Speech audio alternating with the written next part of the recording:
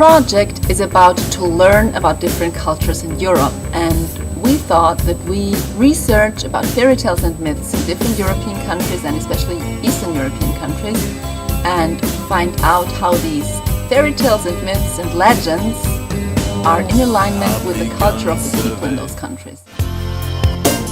Fairy tales are ancient stories. They follow girls on their path of becoming women and boys on their path of becoming men.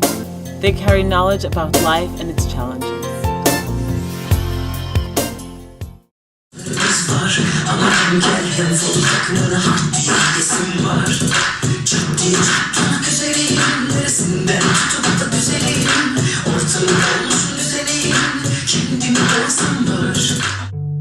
Fairy tales have a common structure. They start in what seems to be a state of harmony, but there is already unbalance.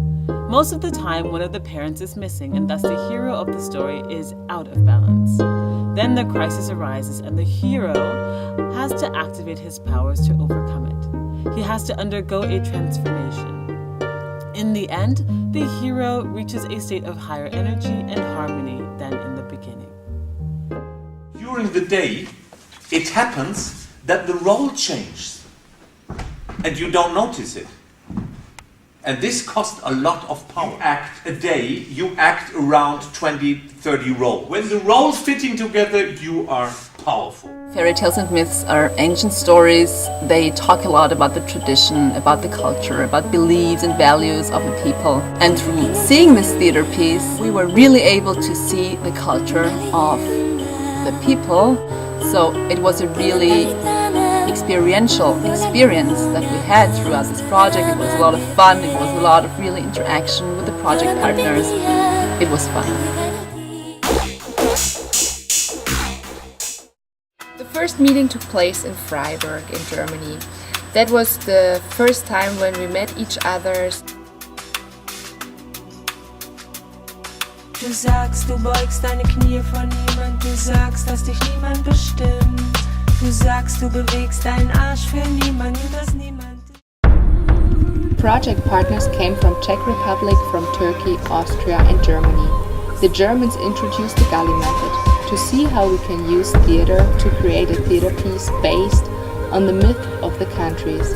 It was the first time that we met each other, and some of the participants had never left their country before in their lives. We're all felt fine.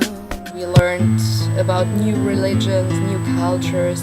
It was a really great exchange.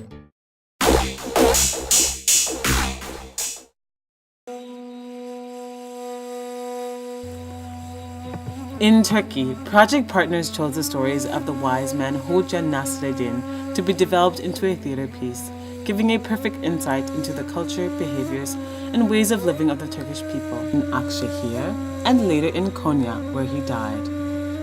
Nasreddin's stories are known throughout the Middle East and have touched cultures around the world. Specifically, most of the Nasreddin stories may be told as jokes or humorous anecdotes. They are told and retold endlessly in tea houses and can be heard in homes and on the radio. It is inherent in a Nasreddin story that it may be understood at many levels. Some tales of Nasreddin are also adapted and are used as teaching stories by followers of Sufism. The hospitality in Turkey was extraordinary. Each minute we had a guide or friend on our side who showed us around, fulfilled our needs, or just told us many stories about their country. The life in Konya is very vibrant. People are in the streets, talking, drinking tea, eating sweets, and doing their business. The Turks, they are so humorous people. The jokes and the fun belongs to their daily life and are as necessary as the air we breathe. It's a dream for me that Nasreddin Hoca is on stage. Ve bugüne kadar benim en büyük hayalimdi böyle bir şeyin sahnelenmesi.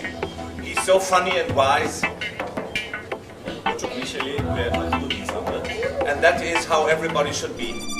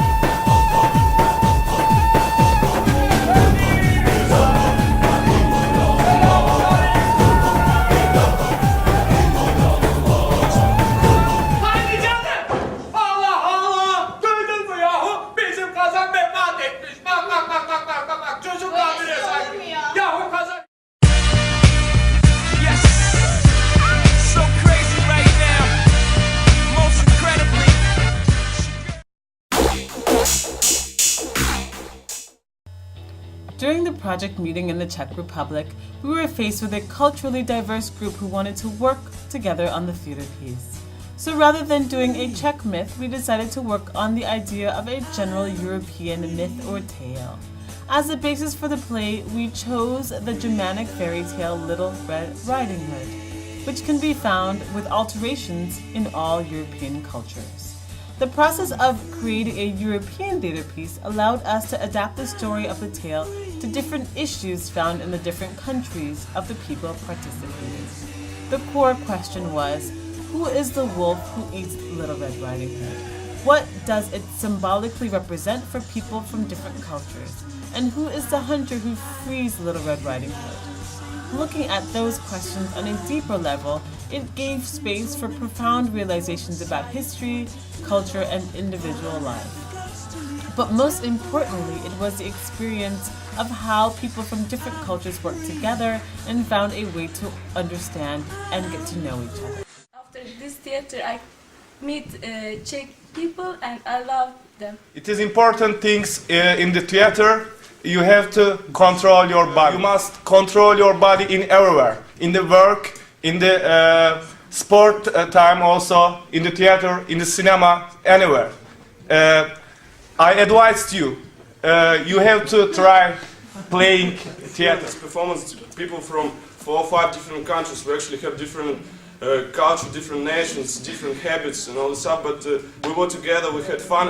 It's very good when people just united for one thing they want to do and they're happy.